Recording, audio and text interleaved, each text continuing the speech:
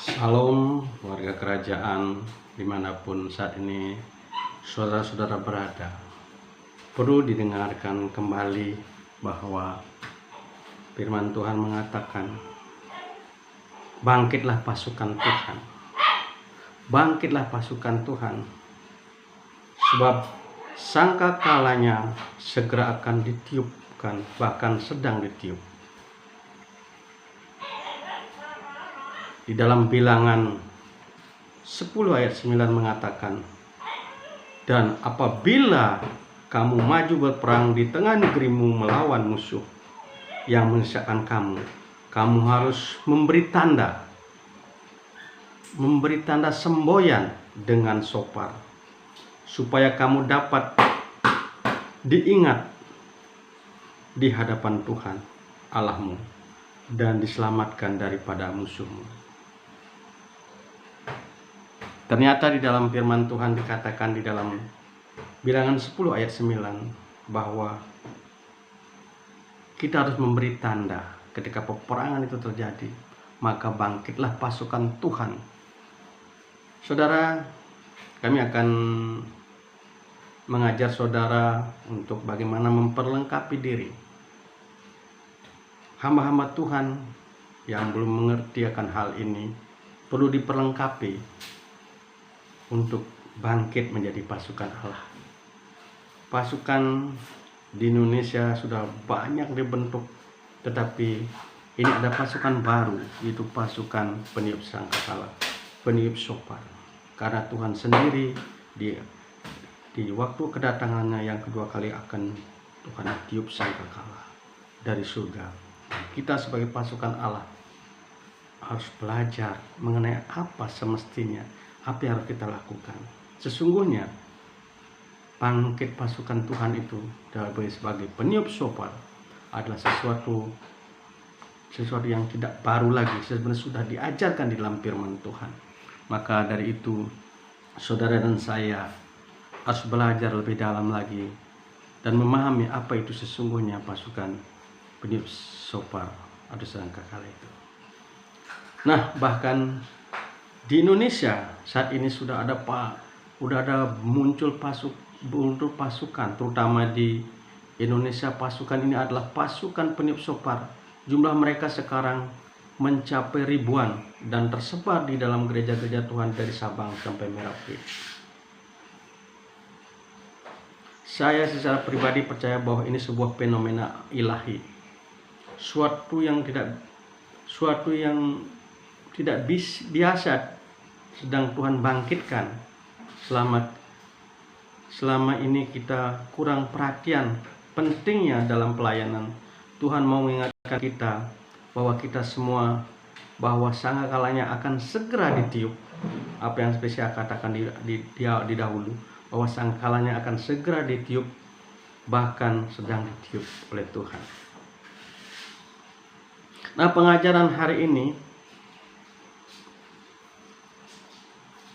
kita sama-sama mempelajari lebih mendalam lagi tentang pelayanan ini.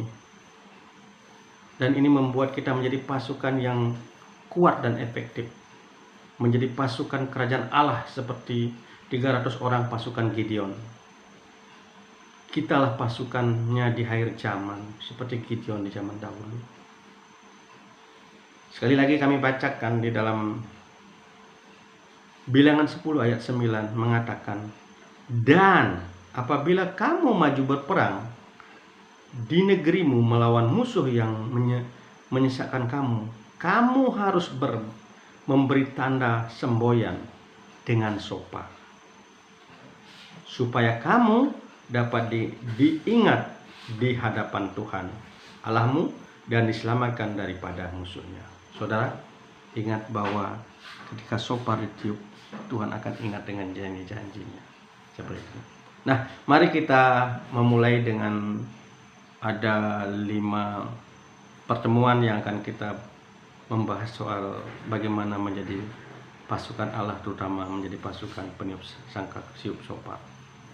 Ada 5 pertemuan. Yang pertemuan pertama adalah merupakan pembahasan bagaimana sesungguhnya apa yang harus kita kerjakan. Sebelum kita masuk ke dalam pembahasan, makanya saya memberikan pendahuluan bahwa di dalam semua dasarnya firman Tuhan. Sopar ini, pasukan sopar ini dasarnya firman Tuhan. Apa yang dikatakan di dalam Yoel 2 ayat 1. Tiuplah sopar dan di Sion dan berteriaklah di gunungku yang kudus, kata Tuhan. Biarlah gemetar seluruh penduduk negeri, sebab dari Tuhan datang, sebab hari itu sudah dekat. Artinya Tuhan sudah mau datang. Makanya persiapkanlah pasukan daripada peniup sangkakala, peniup sopar ini. Nah, saudara, Bapak Ibu, kata sopar itu sebenarnya berasal dari bahasa Ibrani yang artinya saparu dalam bahasa Assyria kuno, yaitu nama dari jenis kambing liar dari jenis ibek. Kata ini kemudian diadopsi dalam bahasa Ibrani dan menjadi nama sebuah musik tiup dalam ritual Israel kuno yang berasal dari binatang jenis domba. Namun lainnya adalah sopar, dan jika jumlah banyak atau jamak disebut soparon. Definisi dalam pengertian Ibrani adalah rasa teriris-iris atau lengkungan tanduk atau sangkakala. Kata ini juga dekat pengertiannya dengan arti kecantikan, ada kutip, karena akar katanya sama. Akan tetapi pengertian yang umum adalah tanduk binatang yang melengkung yang ditiup. Itu sebagai alat musik di Israel. Alat musik ini melekat pemakaiannya di dalam acara-acara keagamaan, perayaan, ritual, dan perkumpulan-kumpulan. Ta'anak mencatat terdapat sejumlah penggunaan sopar di dalam kehidupan sosial budaya keagamaan bangsa Israel, seperti pemindahan tabut perjanjian dari Yerusalem oleh Daud.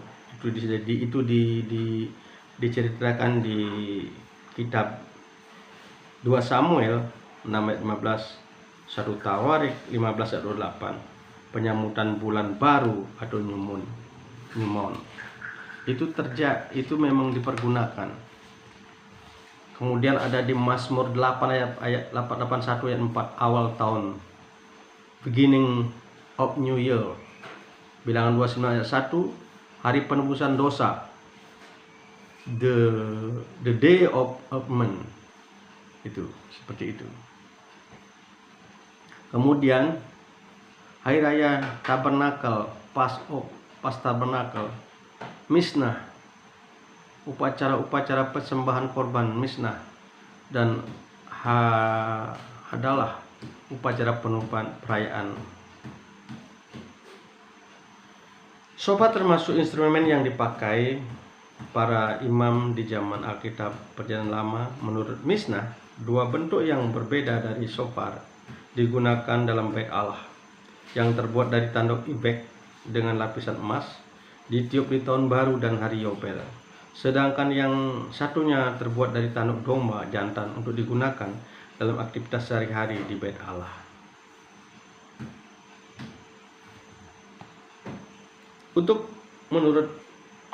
Menurut Rabi Saad Gaon, adalah seorang pengajar dari Rabi Babilonia, hidup di tahun abad 10 Masehi. Suara sopar membangkitkan kekaguman dan emosi hati jiwa orang-orang yang mendengarkannya. Jadi memori ini menambahkan bahwa suara tersebut terdengar untuk mengingatkan umat manusia dari tugas-tugasnya kepada Allah. Sumber lain adalah literatur Yahudi, itu ada di dalam The Zohar, menyatakan bahwa suara sopar mendapatkan kemurahan Allah. Jadi saudara, inilah pendahuluan dari pelajaran kita untuk mengenai pembelajaran bagaimana menjadi pasukan Allah, bagaimana menjadi pasukan sopar. God bless you hanya di dalam nama Tuhan Yesus. Haleluya. Amin.